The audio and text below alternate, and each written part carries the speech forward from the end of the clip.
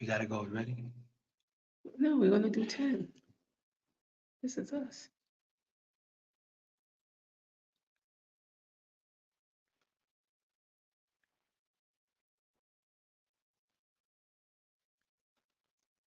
You know how it goes, family. The wife she wanna wait until we get a certain amount of individuals on the live to before we get started. Meanwhile, for those of us who are on, yeah, I see it climbing. Those of us that are on, please let us know what our mic sound quality is like. I know that there is still an echo. Oh, good, good, good. I know there's an echo, but we still not out of the we're still not in the clear as of yet. Still don't have the furniture yet. Nonetheless, greetings and peace and blessings. As you know, we are the Mohammeds, the residential tourists, and we are still 85 to Africa and living in the after right here in the beautiful Mombasa. So beautiful. We're grateful and we're thankful to be able to be present as residential tourists here in Mombasa on the wonderful continent. I first want to always acknowledge and thank the subscribers, starting with the new subscribers. We thank you so much for joining the RT family. We greatly appreciate it. And also, of course, those who have been riding with us since day one. And we really truly appreciate your viewership and your support. It's sustaining us and it's helping us and all of that good stuff. So we thank you so very much. So we're excited, as always. As you know, we come on here excited, but we're really excited, right, for this particular live to be able to hear from a good brother uh, who we had the fortunate pleasure of meeting and getting to know. But first, we're gonna do a recap for the week. We are. Okay. Well, I'm leading to that. Okay. Just letting you know that we are preparing. See, the brother's one of his good friends, so he'll be ready to jump in. I'm like, No, wait a no, minute. no, no. I'm not going to do you like that. I'm not going to do you that way. I just want to let you know that we are excited about it, and we're looking forward to hearing from him. And I'll have to say, we are trying to iron out some kinks as far as the audio is concerned. So we're hoping that we can get that together when we bring our brother on, that you can hear from him and his experience and his takeaway, his full takeaway. However, before so, let's do the recap. All right, so we didn't really post too much, anything heavy, but we've done a lot of recording. And one thing I want to discuss, or maybe even mm, fix in a way, is I woke up this morning with some positive revelation, right? And a lot of times we get focused on the one thing that wasn't right, the stuff that went wrong, how the person treated us, especially coming into another country, a Black country like Africa. We expect that we would be treated pretty much the same as everybody else. We don't want to be looked at any differently, and that still stands. That's just the truth of it. But I want to say I'm seeing a difference here in Kenya. I haven't even talked to my husband about these thoughts yet. I'm fresh just like you. I'm seeing a difference in Kenya. Since we've been here and we've been sharing our stories, our journey from Rwanda to Kenya, people have reached out, subscribers. We've had people reach out and offer us their home, place to stay, to take us tour, give us tours, take us wherever. We've had people offer us their house to live in for free. Come stay with them. They will give us the best treat. I mean, mind blowing things, and they haven't asked for anything in return. It's like they're just like we talk a lot about how we don't feel like we find family when we come to Africa, but my family wouldn't do that. You Mine could either. damn near be homeless and you just gonna be homeless and they not offering you nothing. Nothing free. Nothing free. How much you got? You could pay. How these people that don't know us, that they know our story, they know what our journey is and what we're trying to do here, they offer us for real stuff. And it blew. I woke up and I was just realized, I'm like, sometimes we get frustrated on all the things we don't have and all the things we can't do. Meanwhile, the God's been sending us these blessings all along, and we haven't even taken advantage of it because we're so skeptical. We're like, is there a secret? What's the agenda? Why is this? No, hold on. It's okay, Sheila. It's okay. It's okay. You see how he be messing with me while I'm trying to talk? She just says she just needs to I like trust. responding to my She people. needs to trust my lead. That's all. That's okay. Go ahead, Oh sweetie. my Go ahead. goodness. Look, she done moved. Don't get out of here. She done went to the banner. Stop for you jack up something. No. Okay, get out of here. Let me just do the banner, please. I can't. Oh my gosh.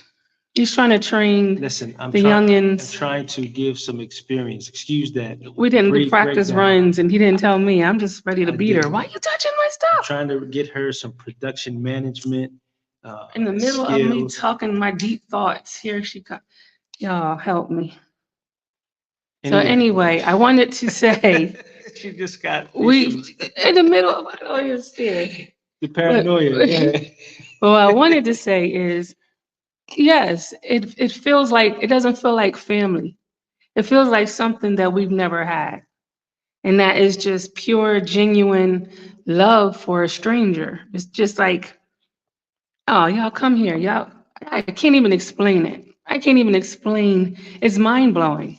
And the only thing that we can say is it has to be a blessing because y'all don't even know us. So I want to say thank you, Kenya, for showing us something that we didn't know that we were looking for. A lot of people say, oh, I don't feel it. That's because you're looking for the family that you have at home, that you grew up with your mom, and your grandparents, and your cousins. No, you ain't gonna feel like that. But that's that one definition of family. This is a different family, and it matters and it means something. So I just want to say thank you to all of those that have reached out and offered us everything. Thank you for showing us your definition of family. Mm.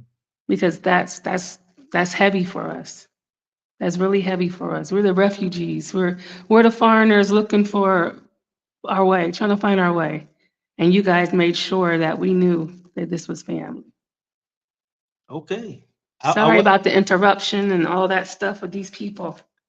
I wasn't aware of this. I wasn't expecting it. So, but it was good. It was very, very good. Uh, yes, I share the same sentiments. Uh, very, very same sentiments. Our experience in Kenya has been good. I like to, as we've said before, we've gotten our boot camp uh, in living in Rwanda, intro to being integrated into a African society. Um, and so coming to Kenya and having this experience that we're having at this point is kind of refreshing. Um, yeah, I'll just leave it right there. It's refreshing, right? So good. Thank you. Yeah, so like I said, we've been recording all week. We have some new apartments and housing and stuff we're going to show next week. Some pretty interesting clips that we got in the barrel waiting to be released. And also, we realized, or I realized earlier today, because you guys hit us up so much about coming over, doing tours, trying to find housing. I don't recall if we ever told you guys that we do tours. We do tours for Rwanda, we do tours for Zanzibar, and we are working on tours for Kenya here, partnering up with tour guides here in Kenya. We haven't been here long enough to actually have everything in place. But for Rwanda, tour packages, for Zanzibar, tour packages, definitely. Um, And also, of course, before we go into our guests, you do know we have the residential, not residential, the relocation services, or you could hit us up, let us know that when you're coming, what you're looking for, and so forth. We do the consultation to see what your needs are, and then of course we'll send you our packaging for the relocation services. And that's not just for Kenya. If you want to relocate to Rwanda, we can also assist with that as well. And I think that's all I had.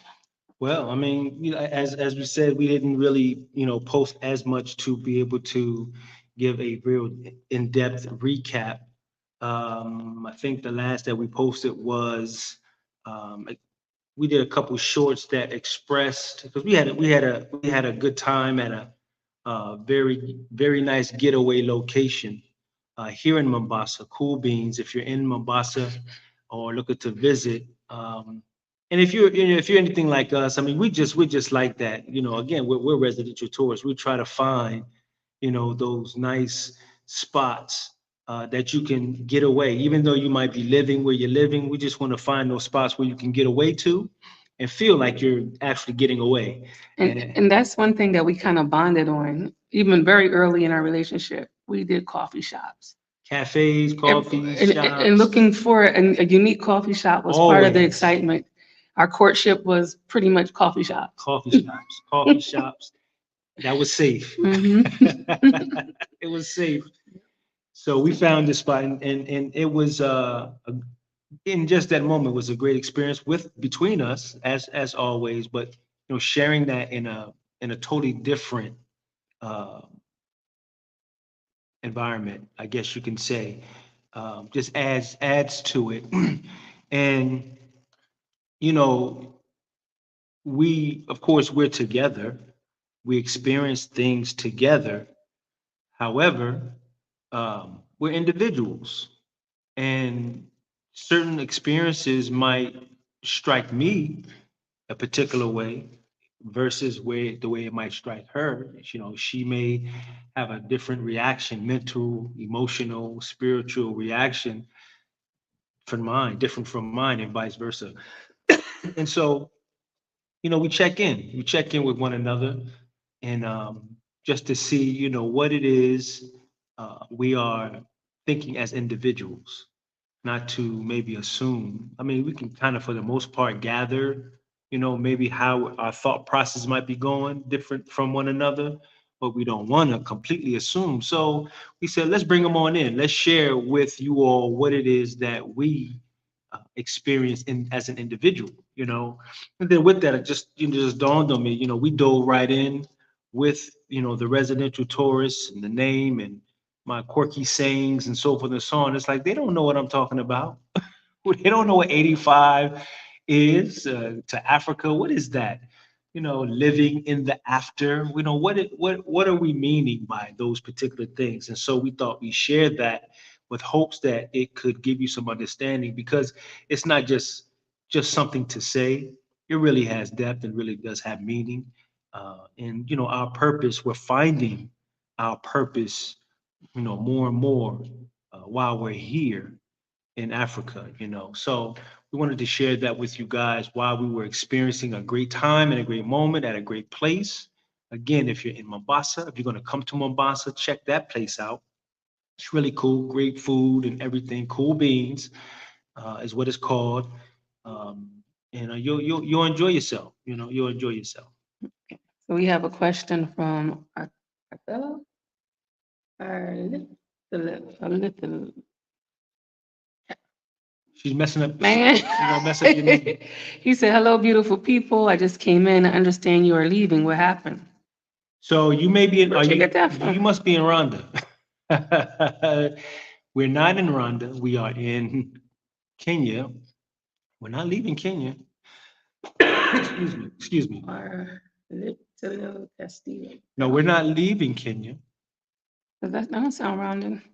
So please let us know give us some clarity on what you're meaning, so that we can answer you more correctly. Regional Sky Girl said, "Greetings from a random city in the U.S." And Regional Sky, I think that's the The flight, the pilot. pilot. Is it the pilot? I think. I know airlines. Always good to see you. Thank you. And Kia Grace, yeah, she's trying to come visit Rwanda next year. So, Rhonda? She didn't say Rhonda. yeah, we're talking about Rhonda over here with her. Oh, Can you please drop her link? Yeah, she needed the information for the digital marketing girl. sure. Mickey. Yeah, we'll make sure we get that for sure. So, all right. So this is what we're gonna do, family. We're gonna flight attendant. Yes, thank you for that clarity. Okay. Okay, great. So we want to bring our guest in, and please bear with us, okay? Because We had a hard time with the sound check. We're hoping it's because we weren't live. we're so hoping, we're we're gonna hoping, we're gonna see, and because I'm excited to hear from uh, our brother. I'm really excited about hearing from him, and I'm excited that he can share his experience with you all, right? Because this is not our first go round. And we tried it when we were in Rwanda. He was like, "Nah, man, I ain't ready for that." see. I said, "Okay, it's cool, but everything in due season." So we're gonna try to bring him on in. Let's see if we can add him to the stage. Hey, can you all hear me? Can you hear me? Okay, all right. So now, all right. So we still can't hear our brother. I'm not sure why. So we got to figure this Somebody with thing out. StreamYard that can help us figure out how do we get the Oh, volume for the hello. guests. Somebody tell us. Yeah, somebody tell us, Maybe this, let me see.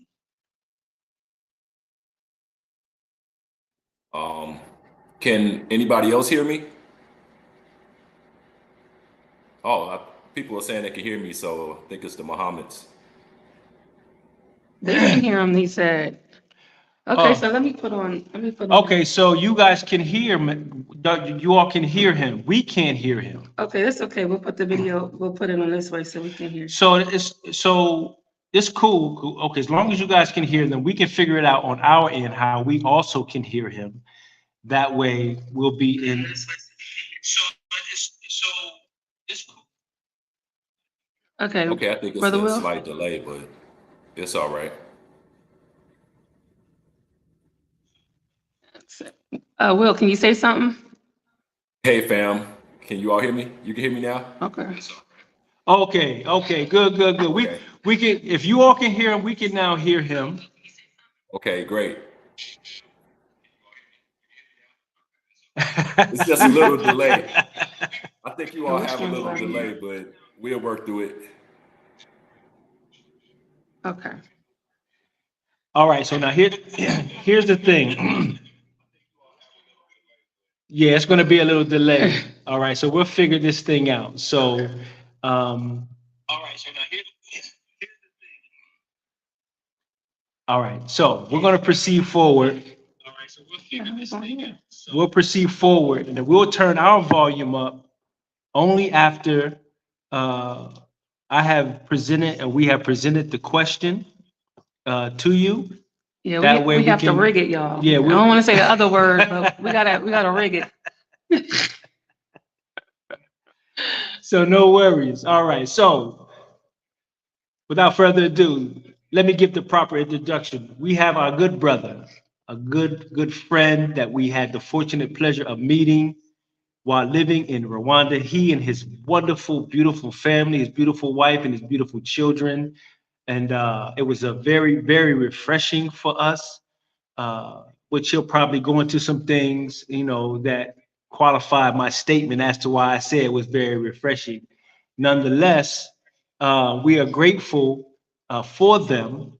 And Well, let's talk about how they actually came yeah, we'll into our life at the moment where we were already deciding or feeling kind of lonely, right? we were We were like, we were lonely. we need some friends. We were man. struggling with our mental frustrations, not being able to relate to anybody or have like, and it was weird because it was him and his wife was like the homie, you know, like That's my that sister typical, there, that boy. round the way girl, that laugh real loud and clap her hands, like that girl you just miss from around the way all the time. And then he had 2 girls, same age as our girls. And if we planned right, we could have showed a picture of the 4 of them hugging. It was really sweet. Yeah. But the girls got along, and we finally had our friends in Rwanda, and we met in Rwanda. So this is Brother Will. How you make this Hey sound? fam, how you all doing? Thank you all for inviting me for this live, and also just giving me the opportunity to share my experience. But everything was mutual. Like when we met you all were like a slice of community that we were looking for upon moving to Rwanda.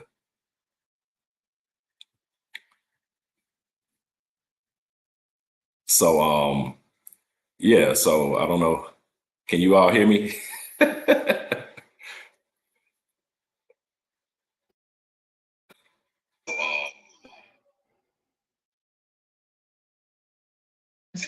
So you know we gotta rig it. So after you speak, we Yeah. gotta hit the little button so you Okay, I'm gonna throw so we up the can thumb. hear.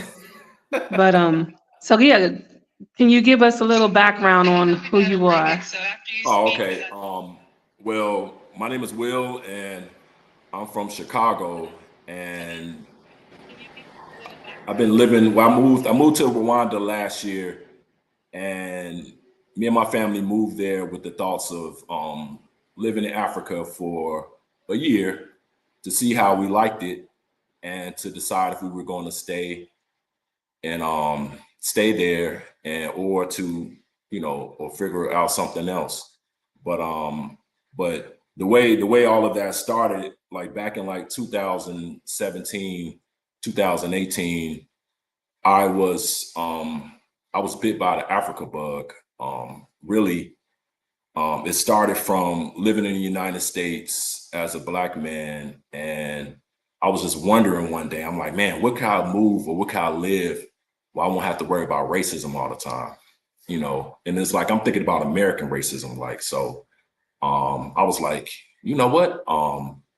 Africa, the majority of people there is Black. Maybe I can just blend in and just, live a life and be cool. So I started doing the research of Africa because I never traveled there before. I had a few classmates that were from Africa, but we never really had in-depth conversations about living there and like things that's going on there. So I decided, I was like, you know what, let me figure out which country I want to go to. So so after doing some research of different countries and really trying to figure out, Ghana popped up on my list, like a lot of people. Ghana is like the gateway to Africa for a lot of us. And the reason I chose Ghana to travel to first was they spoke English.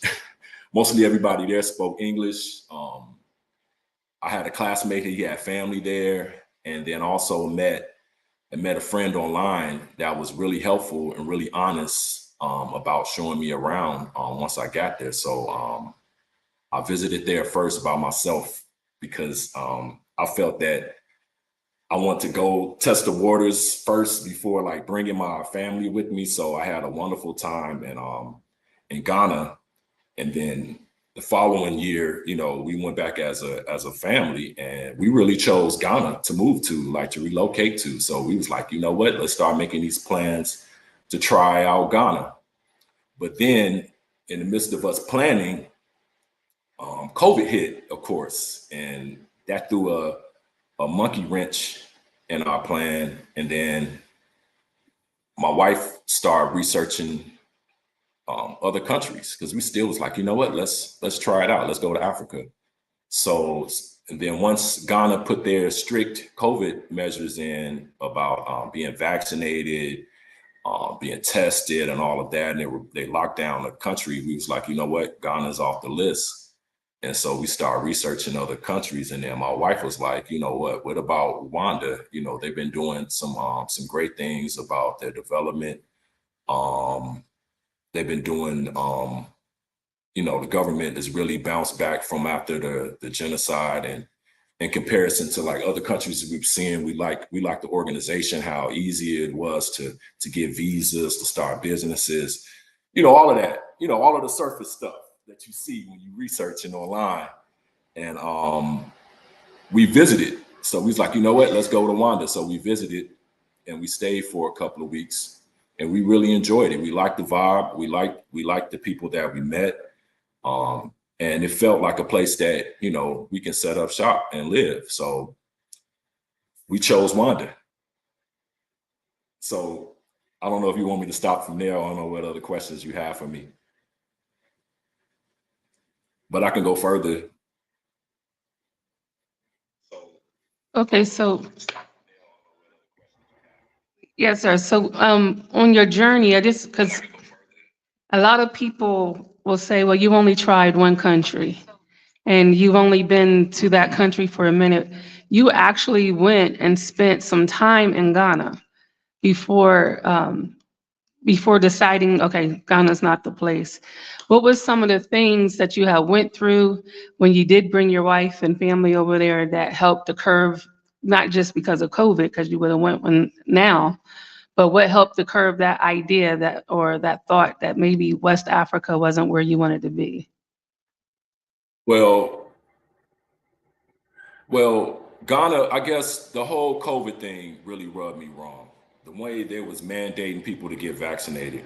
I'm not getting vaccinated. I don't care who you are. My family is not getting vaccinated. So the way the president locked everything down, and then I felt that in a lot of these African countries, it's like a money grab when it came to Ghana vaccinations, testing for foreigners. And it was like, you know what? I can't be locked down. And then I also wanted the freedom to go back and forth. So that uncertainty put a bad taste in our mouth. And I would say that was like one of the main things. But then also after being there, it's a lot of bad stories you hear about Ghana for foreigners being taken advantage of when they try to get set up, when it comes to like buying land, building trustworthy relationships, the cleanliness, like all of those things we start, you know, gauging and making it, you know, the choice of which country, or is this country fit for my family to live. And unfortunately, those things, and then along with I don't know, it was just, I guess it was just more it's just not organized enough. Ghana wasn't organized enough for us to say, hey, I'm going to move here. So that was like the biggest reason, because they're not organized at all.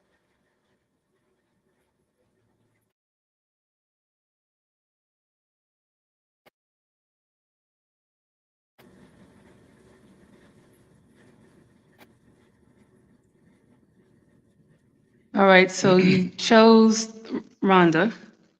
You came for a couple weeks, you fell in love, like most of us do, with the beauty of it, the cleanliness, the organization, or being organized. I never understood that part, but people say Rhonda's very organized. But what was it that made you decide this is where you want to bring your family at for a year? Like, what was it about Rhonda that made you choose to stay there? It was easy for us to come there. You get your visa on arrival.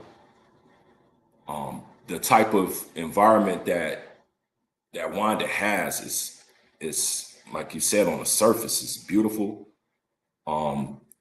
Everybody has like a sense of conservative, you know, they're conservative, they're modest, kind, you know, the neighborhoods, the way the neighborhoods are structured, it was just calm, it was just peaceful. And it was something that I haven't experienced ever living in the States. just being able to to walk outside and go to stores and you know, it's just peaceful. And on top of that, Rwanda's beautiful. And it was easy to, you know, enroll my kids in school. I'm not gonna say easy. I mean, you still got to do some research and, you know, do your due diligence. But just in reference to getting things done, we felt that Rwanda was a place that we can move to and live. And also, it was just the fact that it was mostly, you know, the culture as well. It's like it's so laid back and chill. Regardless of like what happened in the past, we felt comfortable, and that comfortableness was a big factor to us as well. We never felt on edge or unsafe or anything like that, even though we were there by ourselves and off of the few people that we met. But it was that, and then it was also the possibility, the opportunities in Africa, the opportunities in Rwanda. They were building, and they still are building. So that was another reason why we moved, like business, to explore those opportunities. So that was another main reason why we chose Rwanda, was because of those opportunities to explore.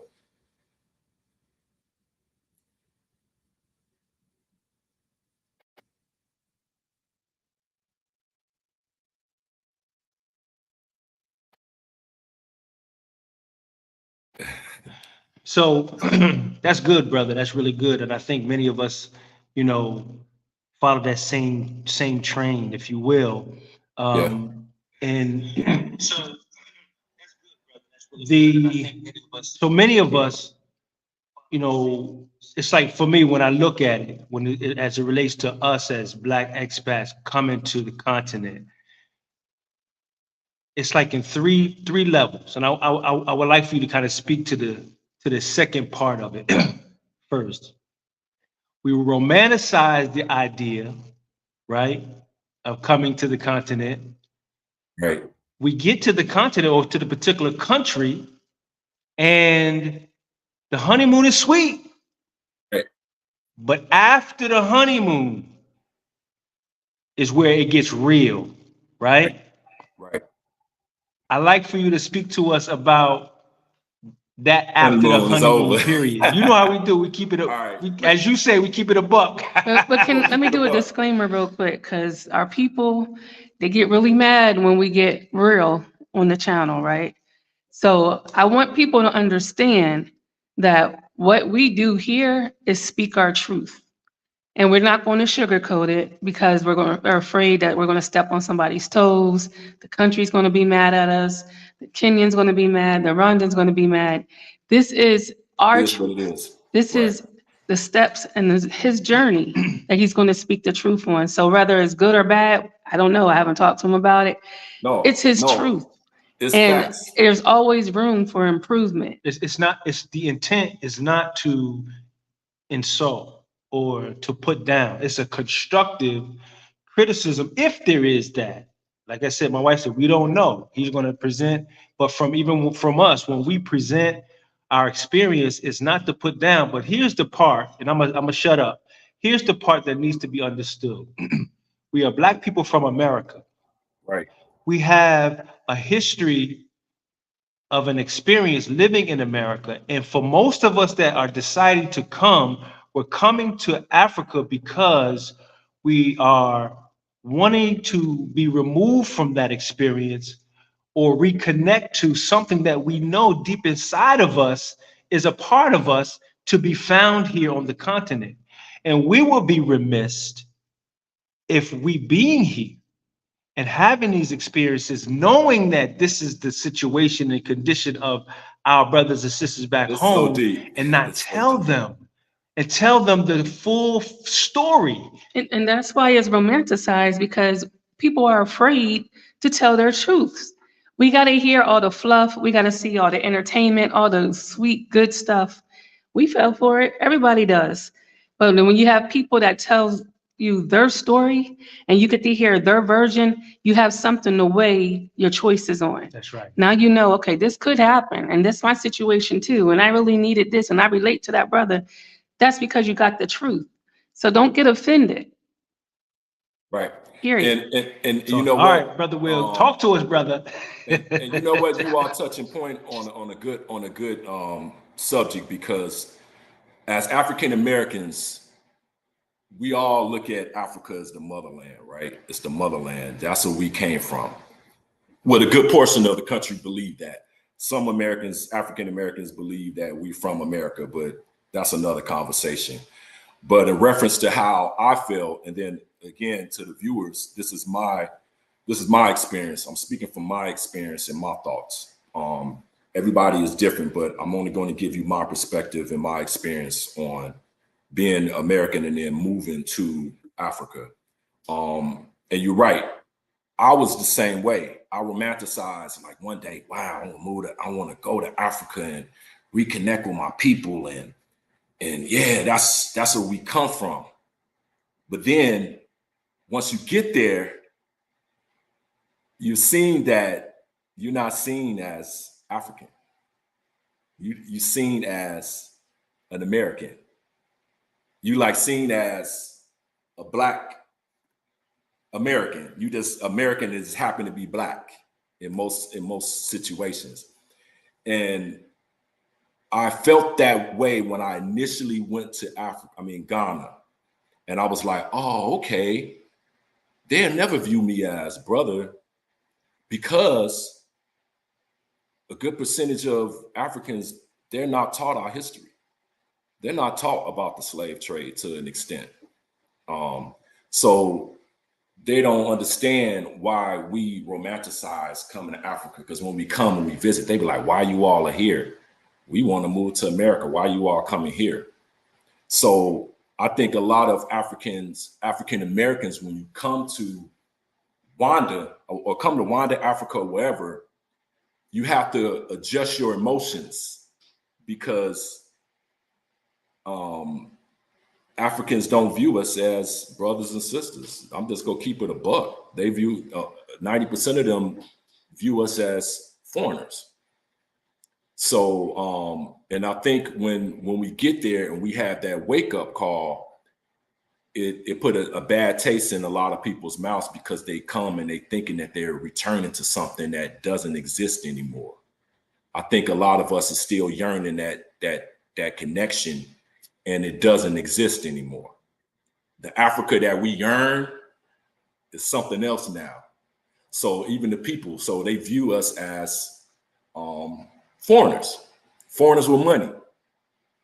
But it is, I have met people that appreciate us coming back.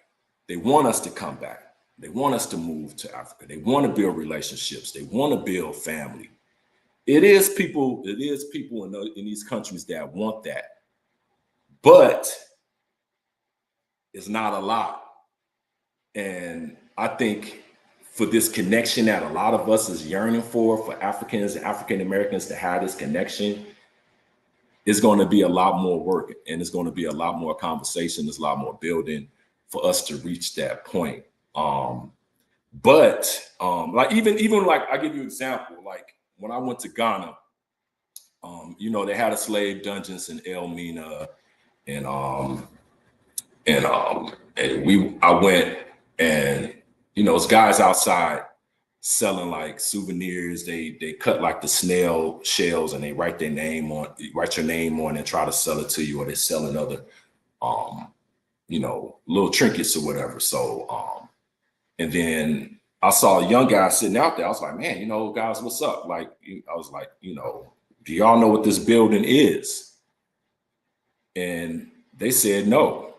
They said it's a place where foreigners come visit. It's an old building that the British own, that foreigners come visit to see the old building and to see the ocean. And I was like, wow. I was surprised. I was like, they really don't know what this building is.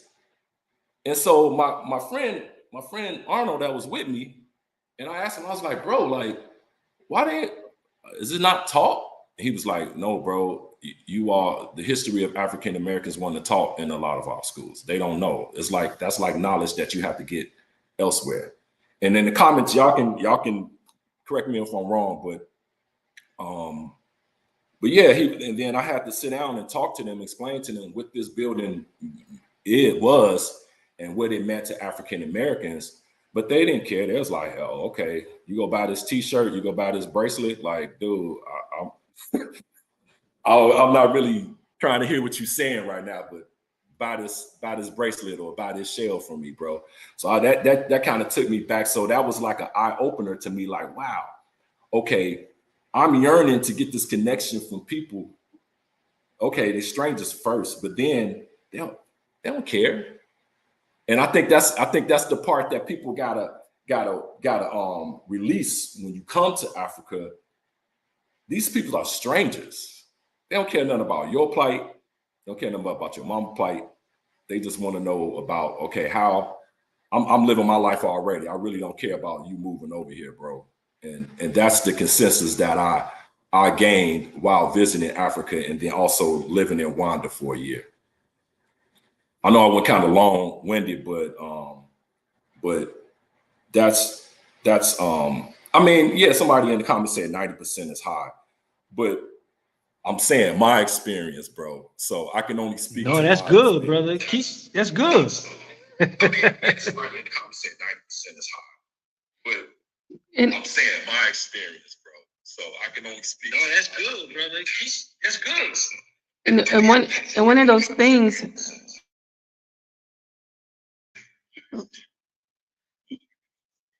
Romeo had actually said what I was thinking. Most of the schools here in Africa follow the British curriculum. So, of course, they don't want to teach them about their family in America and how we got there. They don't want them to have that knowledge because the two most powerful people in the world connect, which is Black Americans and Africans connect and learn that we're one. We'll take everything over by I don't know. Overnight. That's what I'm trying to say. It'll be over with. It'll be over with the world economy connecting Black Americans and Africans together. The British know exactly what they're doing. They do not want us to unite. And I'm gonna qualify that with that, because even most Blacks from America don't have this particular understanding, which is, one, we really are a nation within a nation. We are a nation within a nation. And two, which is probably the most threatening, if in fact we of the diaspora come back to home, to the continent, and connect, is among Black people alone in America, we have a 1.6 trillion buying power. That's just Black people from America. So we do have the financial power. What we don't have is the proper knowledge of how to utilize and bring together those dollars and so forth and so on to make it work and benefit for us. Now, if in fact, as we come to Africa, we get the right ear and the right words from the right person is spoken into that ear, where there's a certain unifying effort to take place between the sons and daughters of Africa and our African people. Oh man, come on, man. And this is what we have. I think that when our African brothers and sisters are hearing us, we want them to truly hear us. To get beyond, I know sometimes, it's hard to take a criticism if it sounds like a criticism, but it's Right. coming from love. It ain't Love and desire. Like love, we want desire. our family. So it's not, anything to put down, because we ain't not in a position to put nobody down. First off, we coming here because we're trying to come up, but not come up off the backs of our brothers and sisters. We're trying to come up with. Yeah. But We want to, okay. the ill part of what you're saying about that, and I've learned that you still have some of us that's coming to Africa taking advantage of Africans. And when you think about like business and you think about like a lot of situations, like some people are so set on, you know, a lot of Americans have that capitalism mind frame. I can move here and get it for cheap. I can move here and do this, but you know, but to whose expense? Are you coming to help, or are you coming to just live your life? And I think that's a lot of that's a big conversation that needs to be had too, because a lot of African Americans think that when you move to Africa, you got to help, or you got to do something, you know, extreme to help, you know, the native Africans' situation. Now, if you have that in your heart, great. But a lot of chances, a lot of situations where you got Africans living lovely. And I think that's the misconception that Americans have also, that most Africans need help. I met super wealthy Africans, super wealthy families, middle-class families, you know, and then of course you got your poverty, you know, poverty. That's in every country that you go to. Now, is it the level of poverty that you used to? Probably not, but you can move there, and that was our plan, is to choose Africa as an option. It's nothing emotional. It was nothing about us coming home to try to be African, and you know, of course, we love our people, we love Black people globally, but we looked at living in Africa as an option. And Adilah, you touched based on that a few videos ago about, it's a land, it's an option. It's not the promised land. And I believe a lot of us believe you can move and it's just all your problems is going to be fixed because you live in Africa and you got some money to live off of, and you think that your money is going to go so far, or you're going to build this great thing and this is going to happen overnight just because, you know, it happens. But that's something that people are not talking about. And the reason, like you said, the reason why I did this video, because I took a lot from YouTube, like researching, because there's nothing out there on Africa. Yeah, we got books that you can read, and the African community in the States, they don't mess with us 100% like that for us to really build. You know, they stick to their community just like we stick to our community, and it's the same way in Africa. Unfortunately, when I lived in Rwanda, I noticed, you know, African Americans, we immediately made a community, met each other. Then you got your Indians, they have their community. You got your Chinese, they have their community. And then the Rwandans, you know, that's their country. So they're there. But unfortunately, you still gonna stick to what you used to, what you know, like what you yearning, like when you living somewhere. But to move there, to think that I'm just about to assimilate, no. I think that's the conversation that a lot of us have to have moving there. And it's okay to be yourself. I'm a Black dude from Chicago. I'm never going to drop that wherever I live. And that was something that I held on to living there. I wasn't trying to be Rwandan. I wasn't trying to just to associate or make all Rwandan friends.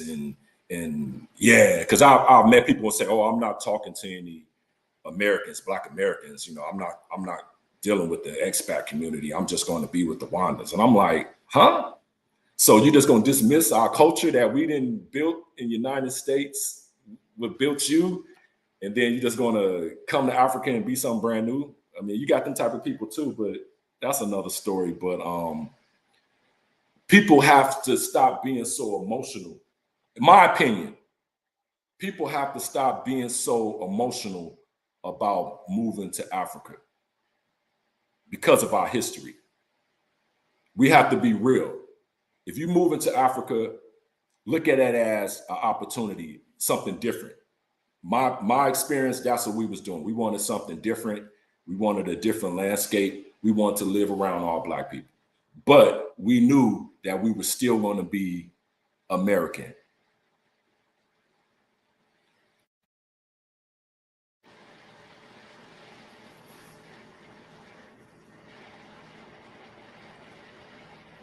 I know I went long.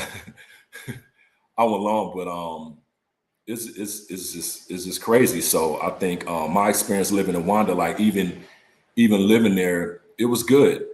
We decided to stay there for a year. I wanted to take that time to really get the lay of the land. So when I moved there, I bought a car. So I was able to drive around. We lived in Kigali. Good stuff. Yes. That's good. That's great, brother. So now we're in Rwanda, right? And one of the things for us, we felt like, okay, moving to Rwanda, they went through a genocide, and we've been through 400 years of being in a genocide, per se. So we felt like we would have a common ground, we would have a way to relate and communicate with each other. However, getting there and talking and attempting to share our history on who we are and what we've been through, it was kind of very unimportant. It was like, no, you're only to receive who we are and what we've been through, and then you are to make the adjustments. So it kept us, a lot of us, separated. It kept us from being able to completely connect because there wasn't really a willingness to understand why the Black Americans are crazy. You know, you'll hear that a lot. We get angry fast. I remember one of our drivers said, Black Americans like to fight. He was about it. Like, you know, that's funny. So yeah, that's true. We do. Okay. But as far as trying to connect with the locals, it was almost mission impossible. And we tried. A lot of people say, y'all didn't try to connect. You didn't learn the language. You didn't learn the culture. Yes, we did. We tried. And it's like, I just want to speak in reference to that. When you try, and I hope some people can attest to this, it's like when you're trying to learn a language, when you're trying to speak it, and you really trying your best, people laugh at you. If you mispronounce a word, or you're trying to build on it, it's like, no, you'll never get it. And it's like, okay, I'm trying to be respectful. Give me the respect for even trying, but you're greeted with laughter, you know. And I think a lot of people take that light. It's like, okay, I see this brother's moving here. He's trying to learn the language, and he's trying to communicate with you in your native tongue, but then you laugh at him. And it's like, dang, I can't win. You know, it's like, I'm trying, but then I'm being laughed at. You can look at it that way. Some people might not take it deep like that, but I do, because it's like, okay, I'm trying, but then I'm laughed at. And it's like, dang. So it's like, why am I even trying?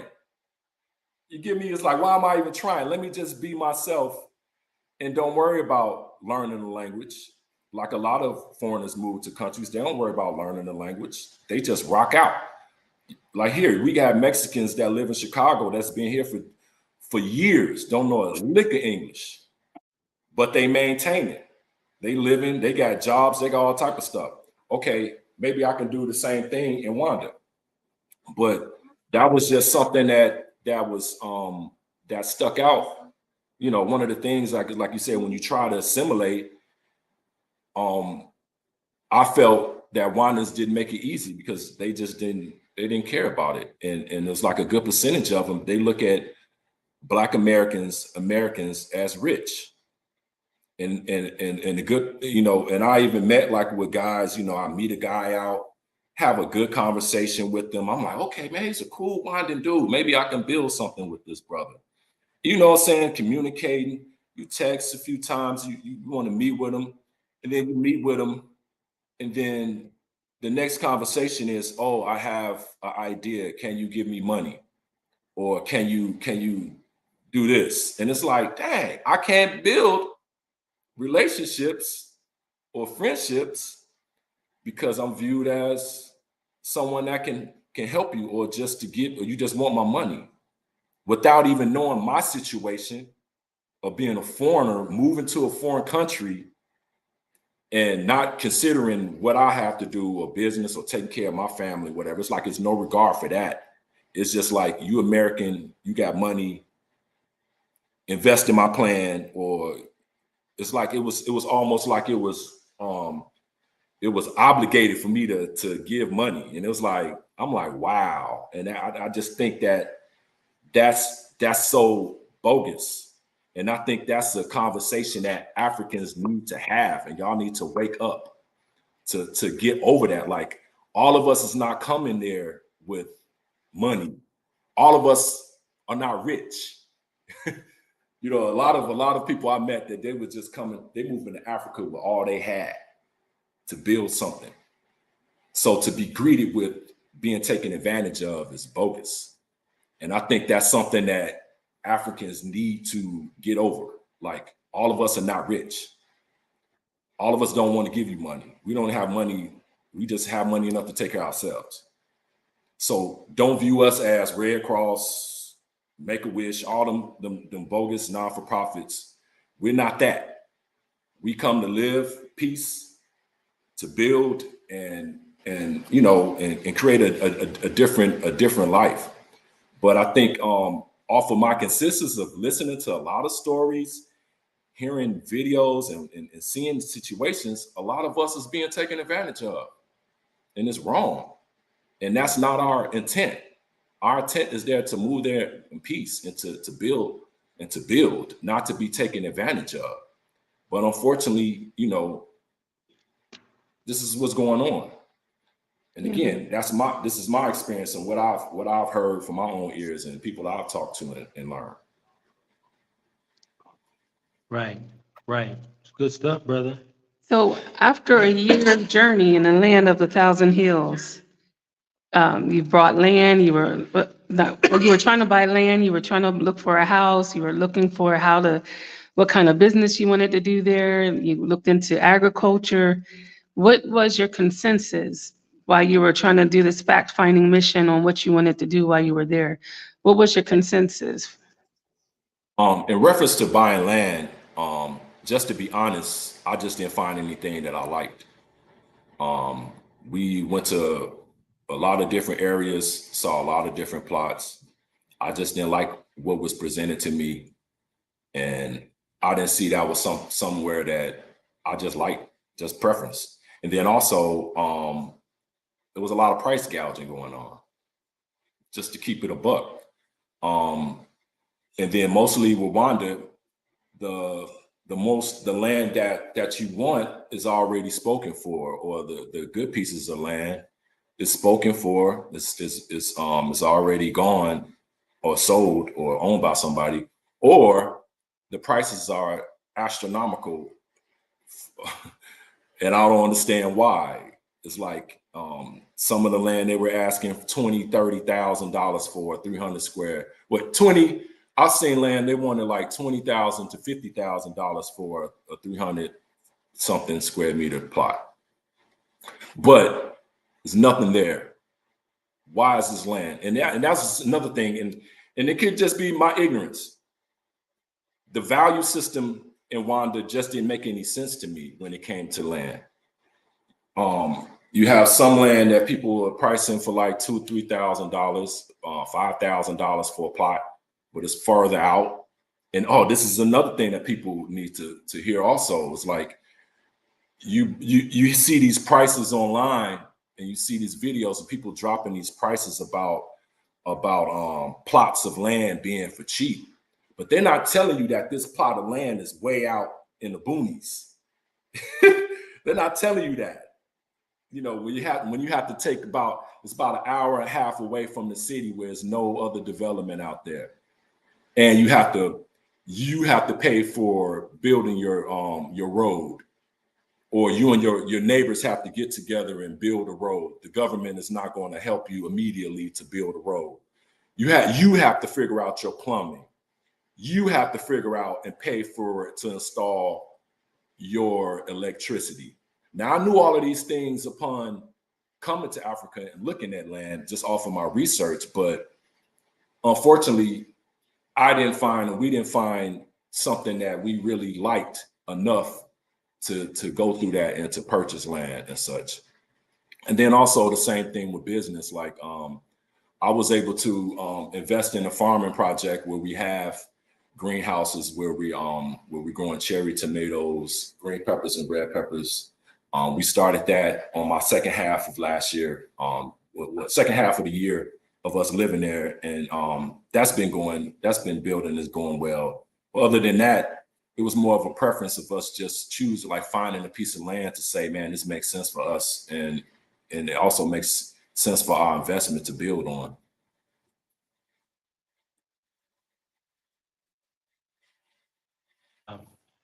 Yeah, that's good. Well, I'm gonna tell you, this is all really great, man. I think it's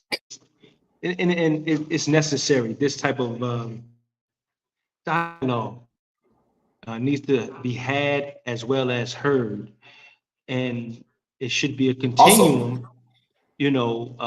So that there comes understanding. It's your floor, brother. Go ahead. I'm your guest. No, I just also have just something that was brought to my attention when we was living there in Rwanda. Rwanda's like, hey, we're like 28 years out of our devastating war, genocide of their people. You got a lot of people there that's still suffering.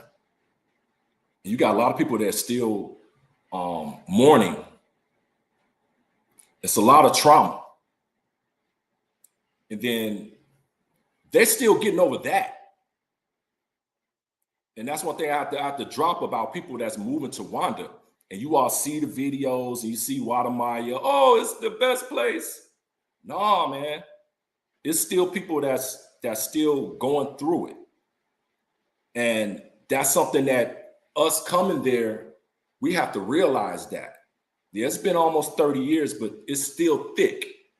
It's still thick in the air. And a lot of people don't talk about it when they talk about Rwanda. It's still thick that people are still going through that pain of losing their family members, their friends, their co-workers, everybody. So when we come there, we have to have some type of empathy to realize, like, our plights that we're bringing, they don't care nothing about our plights. They still dealing with their plights. And that's just the realest thing. And it's like, I think a lot of us is coming and we thinking, oh, we coming home, we want to kiss the ground and all that type of stuff, and thinking that people are just going to be open and welcome. But it's like, you have a lot of people that's still dealing with what happened and trying to build their lives. I met a brother that was getting married, and he got married and he had a kid. His wife got pregnant immediately. He said, man, we trying to build our family back up. I'm happy to have a baby. He said he's happy to have a baby to build his family back up. And I'm like, wow. And it's like, those are type of things that you have to sit back and pay attention to when you're moving somewhere. And that's one thing that we were really doing when we were living there. It was more than just us just trying to buy things and be settled and all that. It was us just paying attention and just trying to look at everything holistically, instead of just coming in and say, oh, well, I got the means, I'm going to buy a plot of land my first week here. I'm going to do this. I'm going to start this. I'm going to do this. It was more of us just sitting back and really paying attention to everything before we pulled that trigger to do these things. And I think it really paid off for us being patient and being indecisive on some things, that we were able to really pay attention to things before we made definite decisions. Yeah, I think a lot of people don't understand that even though they're going through a healing process and a rebuilding process, every year they have a month of remembrance. So while they might have had a year to heal, that again, that year, that Band-Aid's coming off and you need to remember. So you never really get to the point of growing from it. The energy is still thick, like you said. Even the way that you communicate with them or with the locals, how you communicate, you could see in their eyes, there's a very heavy, heavy level of sadness. Some of the people that we love dearly, their eyes are so heavy, so heavy. Like as soon as you look at them, you could feel the pain in their spirit. So you carry that every day. It's like you're in that kind of energy of mourning every day, every day. Even with me and the brother Lamont, and it was a situation that it still stick to me all the time. Me and the brother was out taking photos one day, and we were on the road, and a guy got hit on the road. A guy got hit by a truck or something. I remember that. And we see this crowd on both sides of the street. So we're driving straight, but it's like a crowd of moto drivers on both sides, like a huge crowd. So I'm like, okay, what happened? What's going on? Right. And once we got close, we saw that the guy was hit, and it was a horrific sight. And it hit me. It was like the people that was standing around, they was just looking. It was like no one like went to cover the brother up. I mean, cover him up, but it was just like you said, that view in people's eyes. It was almost like every day, like, oh, we just out here. It's like something bad happened, but it wasn't a sense of like what we're used to or what I'm used to. If like you see something like that, it'd be like, oh my God, like oh my God, like it wasn't that. Right. It was just like a coldness. And while we coasting through, I'm paying attention. I'm like, wow, I'm tripping. Me and the brothers tripping because we can't believe what we saw. But when you look at the consensus of the people standing on the side, they was just like, and I'm like, yo. Right. Like, what is it with the mental or something that I'm not aligning with, that I'm super emotional or crazy? Maybe they were. I don't know. Like I said, we was just coasting through, but just judging off of that situation, it made me think even more like, man, it's just something that traumatic thing that, you know, I don't know, like in America, like we get desensitized to violence. We get desensitized to a lot of dysfunction. Is this something that they desensitized to just to see someone passed away like that? I don't know. And it's deeper. It's like, man, it's like, yeah, we move into these countries, but we got to step back and pay attention and really learn and seeing the culture, the mind state. Like our common sense is not the same common sense when you live in another country. It's not. It's and totally I think different. A lot of us, and then totally a lot different. Of us, and it can cause major frustration knowing, not knowing that or understanding that. Right. And then a lot of us, when we get there, that's why a lot of us struggle, because you do have to adjust your mind. You have to adjust your mind on certain things, because you're like, okay, I'm not in Kansas anymore. You know what I'm saying? But I think a lot of us just have to pump our brakes to really sit back and learn, be yourself, and then just figure out what you need to do and just take your time. And, you know, all our situations are different. All our mentals are different. All our financials is different. We all moving there for different reasons. So, you know, whatever how you do is how you do it. But just from my experience, I just thought that me taking my time and figuring things out and studying and see if it was a fit for me and my family before I decided to stay. And unfortunately, you know, we wanted to stay. We wanted it to work. because we wanted a different lifestyle, but it just didn't align with us to stay there, to stay there. So that's why we decided to move back home, where, we view America as our home.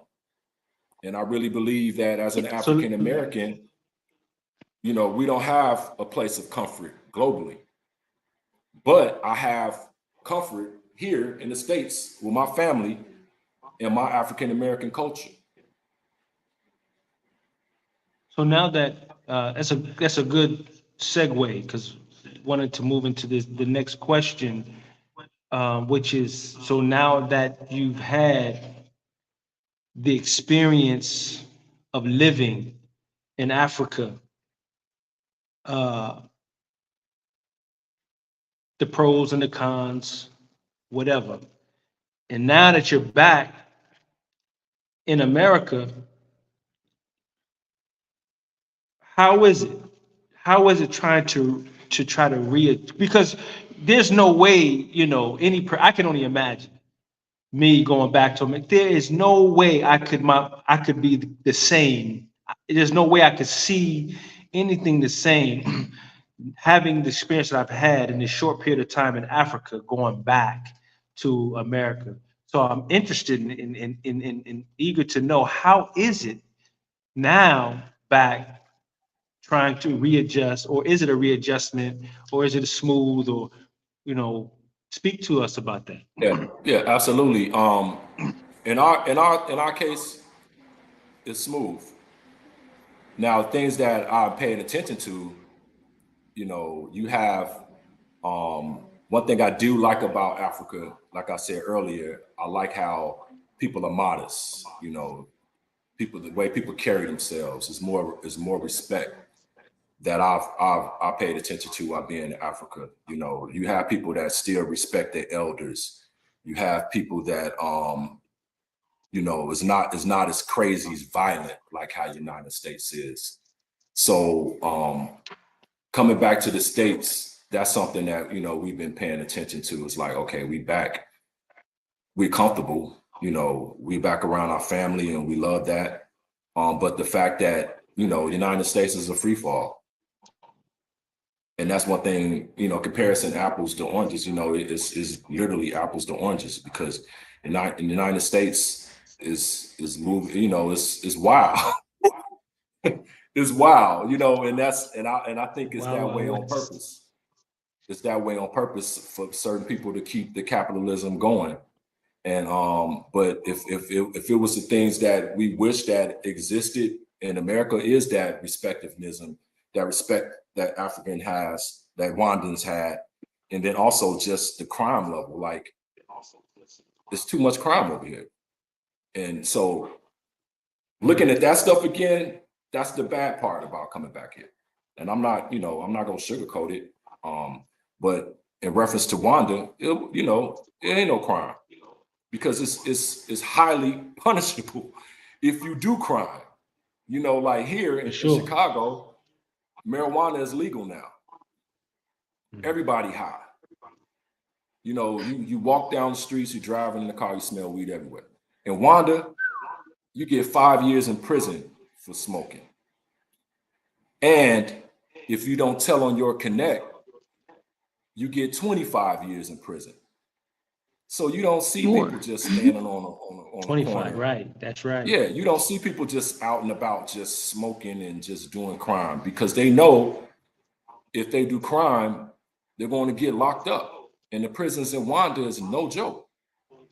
So if the United States had those same type of measures, we wouldn't have all the stuff that's going on over here. If we had a judicial system that actually cared about the well-being of the people.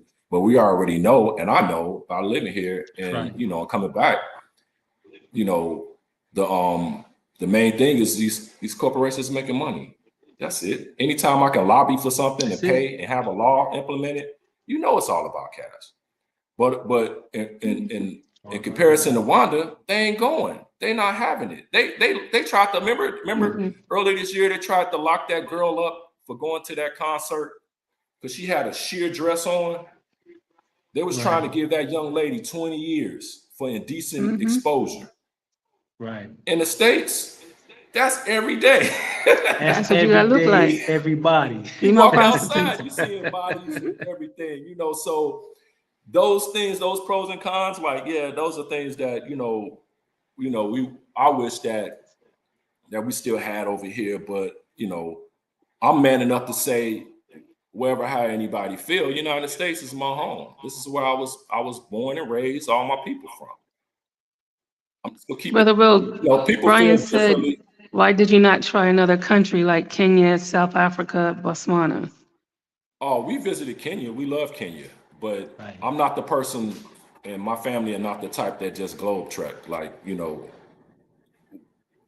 love Kenya when we visited there. I actually went there twice, and to look at opportunities. And if it's just it's just time, time and finances. We all know that. Right. So That's right. if your pockets is long, you can skip from country to countries. Mine isn't. So, or just the fact of just going through those changes. Like, each country is different, and I just can't say that I didn't find it in Rwanda and I'm just gonna move to Botswana. Botswana's going to have the same issues that I'm finding in Rwanda, probably.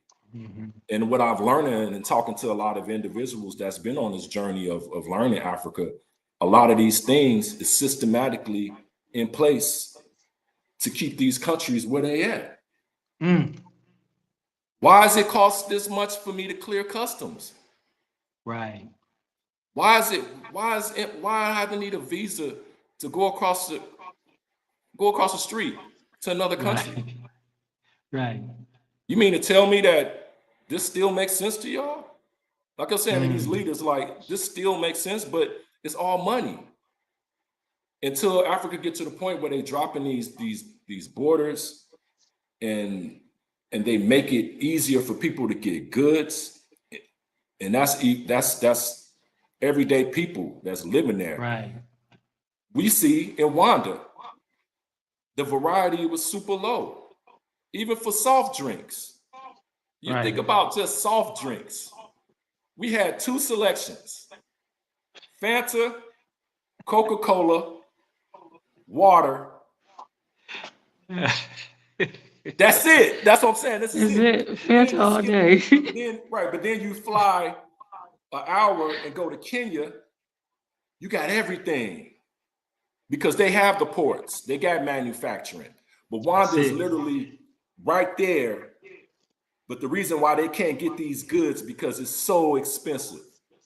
So the people that got shops, that got stores, they're not even it's expensive for them to offer a variety to their customers to make money. That's right. Why is it? Why is it like that? And when you think about it, that's not, people not talking about that either. Yeah. And it's like, It sounded like it was engineered that way or on purpose.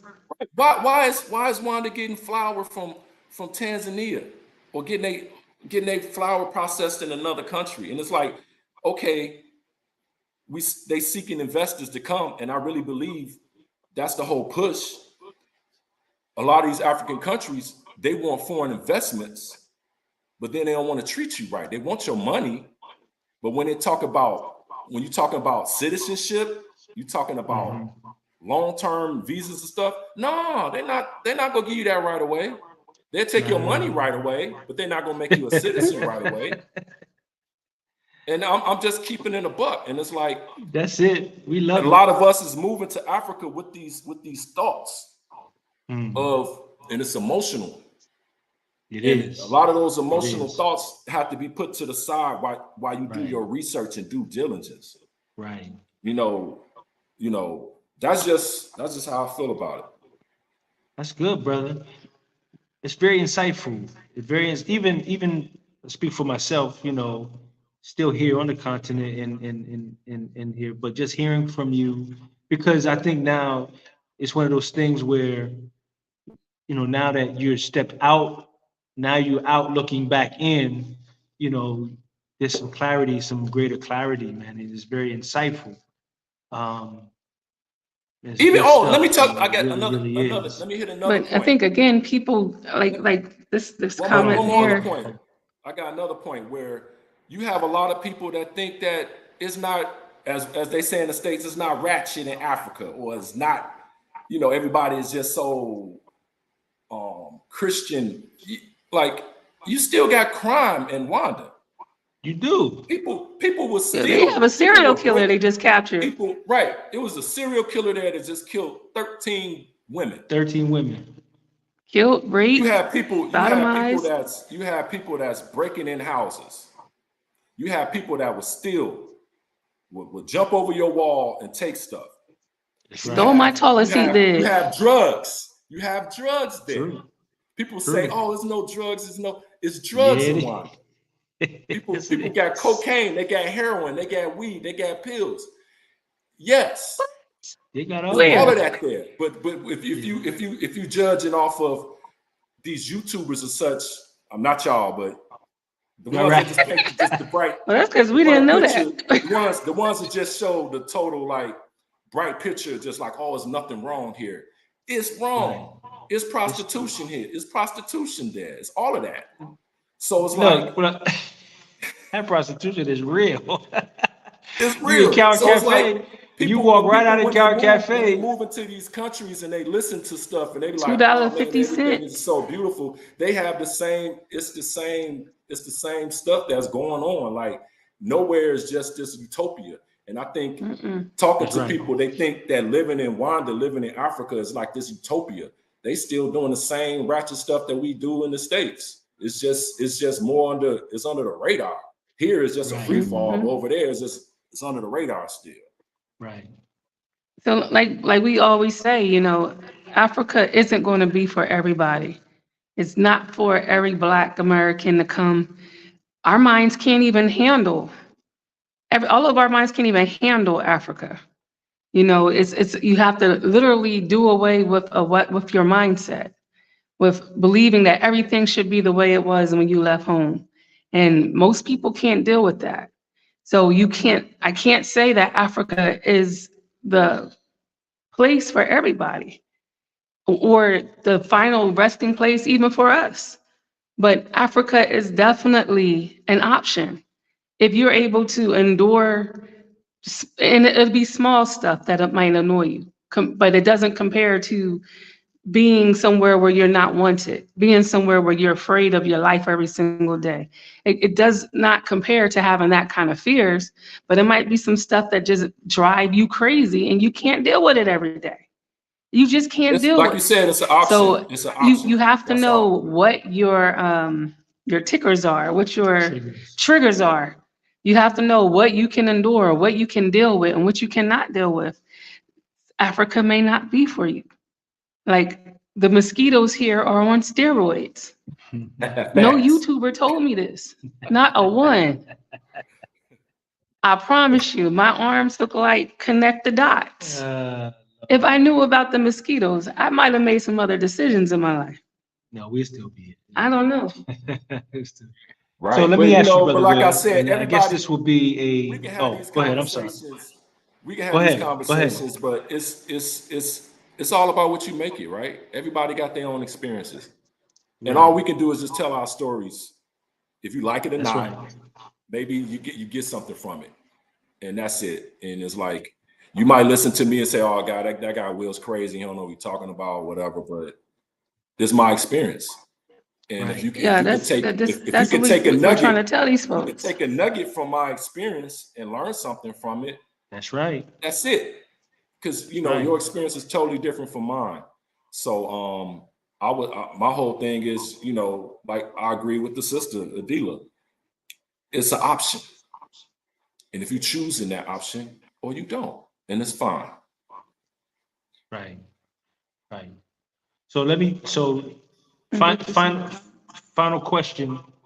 Now that you're back in the States, is that how can I say? Is that a regroup?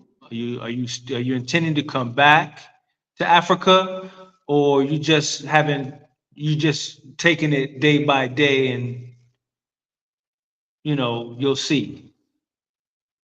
Honestly, I'm indifferent, but it's no regroup right now. I'm not dead yet, so I don't know what the future may hold. But as of right now, we're not in a rush we're not moving back to Africa. Okay. Okay. Fair enough.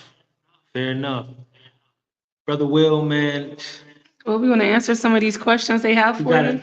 we got a lot of comments, Sure. a lot of great comments. I mean, there's so many. I've been looking and listening, and I'm trying to. There's some great comments, and there's some questions. I mean, we could do this thing all night. It could be a marathon. But we'll Yeah, bro. I'm present here. some stuff. Well, I want to address Jamala because Jamala has a hard time understanding that we are sharing our truths, our stories. And you don't have to necessarily understand, but you got to be respectful. Just because it might hurt your feelings a little bit, because you might be Kenyan or Rwandan or whatever the case may be. He's telling his story. And you don't have to receive it. You don't have to like it. You don't even have to be on the channel. But the constant name calling, telling people to go back to America, you're not understanding what we're about. You're not understanding what he's talking about. And sometimes it's best to just be quiet. Because I don't know what that guy talking Well, about. The last thing he said, homelessness, no manners can solve your own problem, Hold on. jackass, stay in America. Like, dude, you don't know what you're talking about. Like, come on, bro. He don't have a clue. I don't think he's understanding what we're even talking about on the channel. Well, I mean, it is what it is. Again, just as I mean, there'll be individuals, who may be naysayers, and it's cool. I mean, it is what it is. I mean, and we just roll Yeah, with I'm it. still What happened? here. Did we lose you? No, he's still on. It's this thing keep popping Yeah. down. My camera. Still popping out. Let's So see. he said, how many times many of us immigrants that come to America were taken advantage of too? Their government take our monies and no green cards either. But America is supposed to be a great country. Who said it's great? Well, Exactly. let It's not me great. let me It's say not something great about here. that. That's what I'm See, saying. many It's people like, don't. Hold on. Go ahead, it's brother. not I'm great. sorry. It's not great here either. It's like foreigners be taken advantage of here too. And it's like, that's the misconception too, with a lot of African countries or people that want to move here from Africa. They think that America is the land of milk and honey. And it's not. It's messed up here. Yeah, you can come here and make money if that's your goal. Now the opportunities is here, but it's not easy to get those opportunities. And that's the misconception that I've learned while talking to a lot of Rwandans while living there. They're under the impression in their soul that if they move to the United States, they're going to get a job immediately. And we have Americans here that's not working. We have homeless people that's here. Like right now, it's a huge homeless situation because of the prices of everything is crazy. Right. But that's something that their friends and their family not telling them. Once they move here, they're not telling them the truth about it's hard here. Like everything that we do here, we got to pay for. That's true. Let me, if I may, let me add to that, if I may. Two things. One, that last point that you made about the family that has the opportunity to go to America and come back and share their experience. What you say is true and what is right. And I know that because me having a conversation with an actual, in this instance, it was a Rwandan, told me directly that they deliberately withhold that information.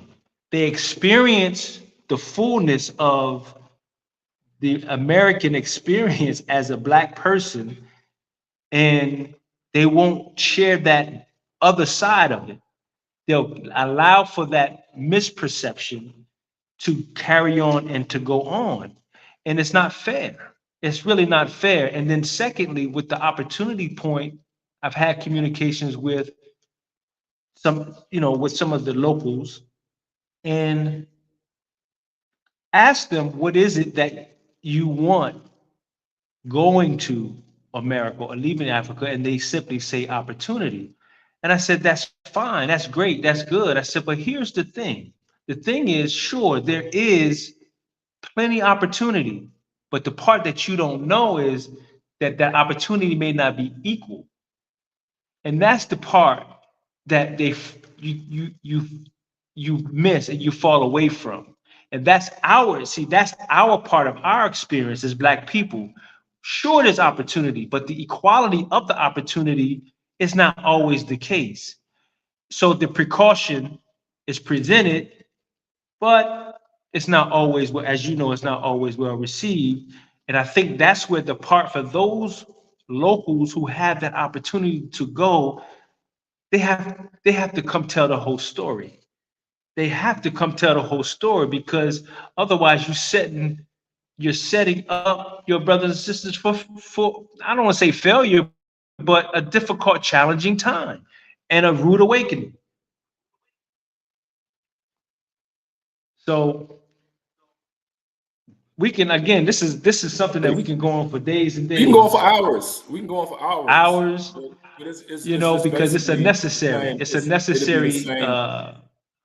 dialogue, I believe, that has to take place for the understanding on both parts and from among our own selves. As Black people, we need to understand some things in and of ourselves. And as Africans, the same. And then as we come together, there has to be some type of understanding in order for us to be able to see things in a certain way to move forward so that we all can benefit and have an advantage. So I don't have, what you got? So, as a takeaway, again, this is the brother's journey.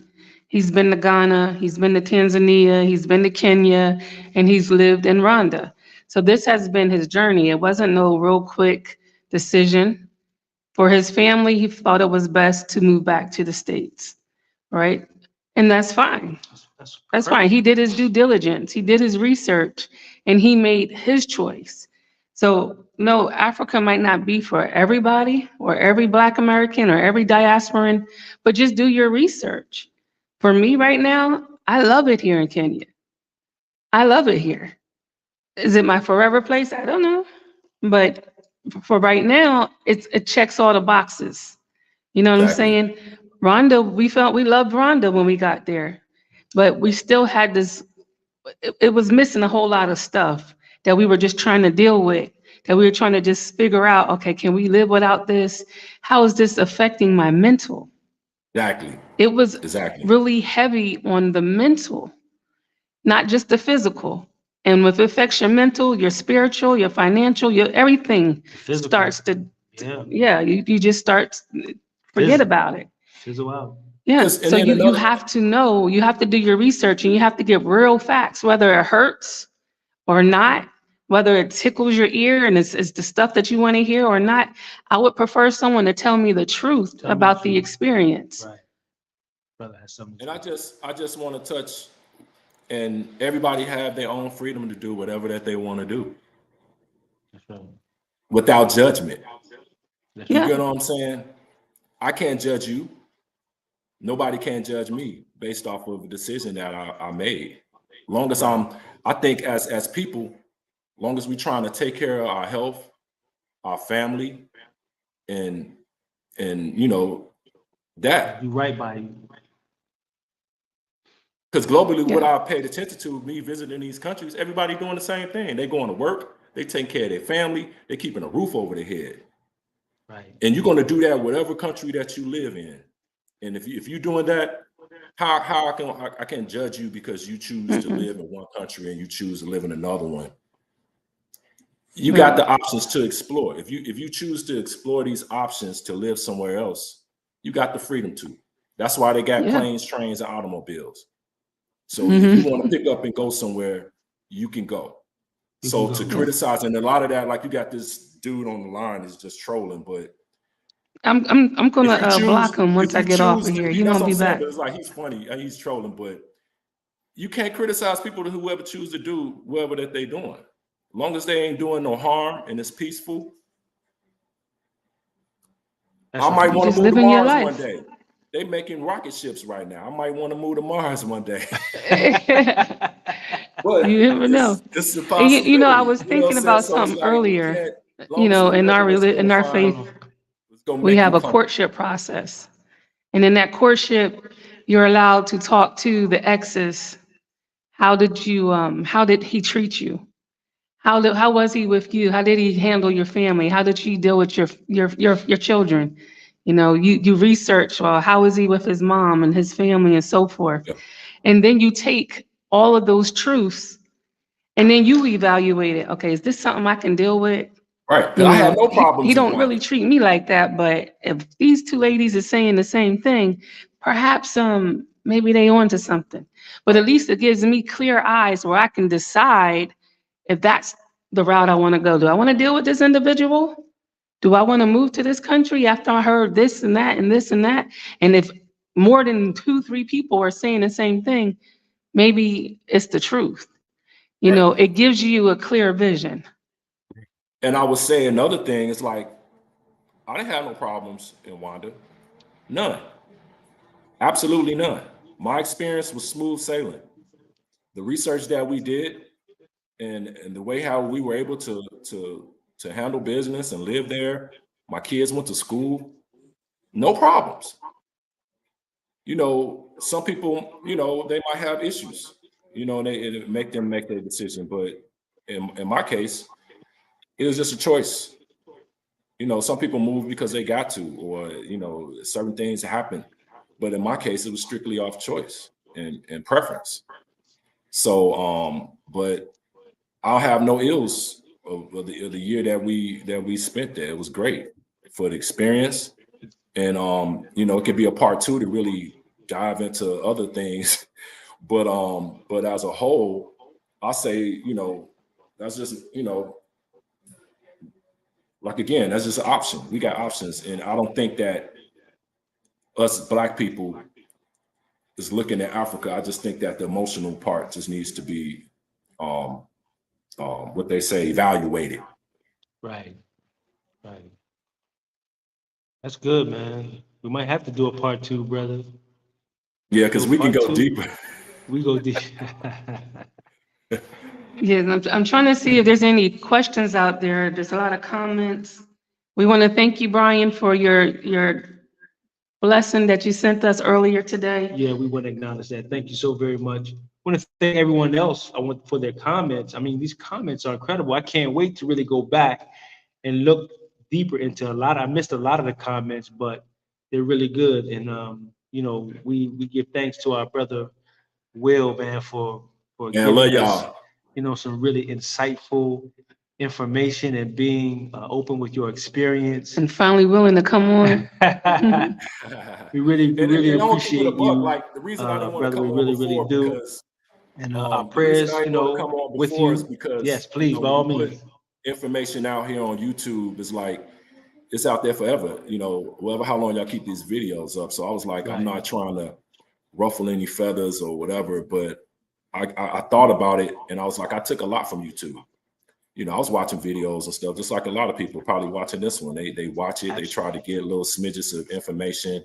They like to hear Sure. other people's experience. So I was like, you know what? I took so much from it, you know, I can at least give back, you know, and do a video with you all. Cause That's you good. know, I know you all, I know your heart, you know what I'm saying? I know what you all trying to do. So Yes, sir. if I was gonna talk to anybody, you know, you know, that's why I just chose just to give my little snippet of my experience. We Thank appreciate it, you. man. We really do. We're humble, man. We really appreciate it. And thank you, Jimmy Whitfield, for your beautiful blessing that you sent us on Cash App. Want to make Thank sure you. we acknowledge that. We acknowledge. Yeah, we definitely Wow. are Sad. appreciative and grateful, and we thank you so very much. I'm hoping that, you know, the viewers and No, I subscribers, didn't. they can Somebody said that I lose have a money. great No, I didn't takeaway lose any from money. this, and I'm hoping that it adds to whatever they had already had known, or, you know, just have a great takeaway. I'm hoping and I'm praying that and praying so. So we're gonna look through the comments, and I'm telling you, brother, I'm just letting you know, we might hit you with a part two, brother. Hey, I'm And game. guys, don't worry, Mr. Jamala, he gone.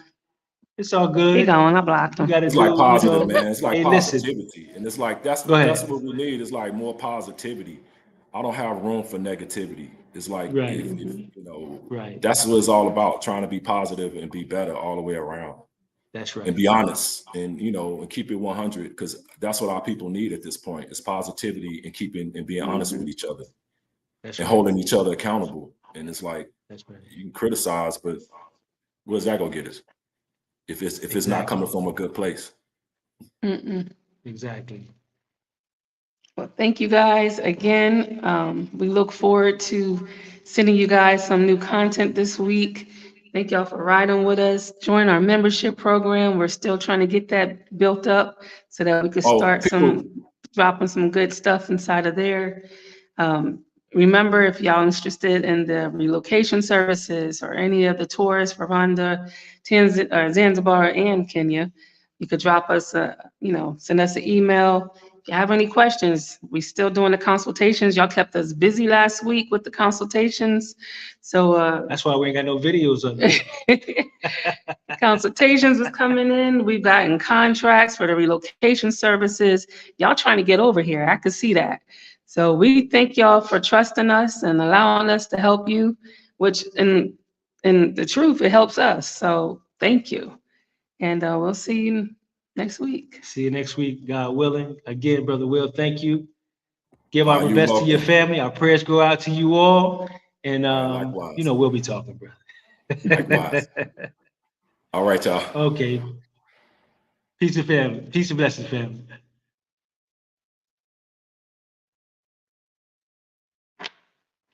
That was a good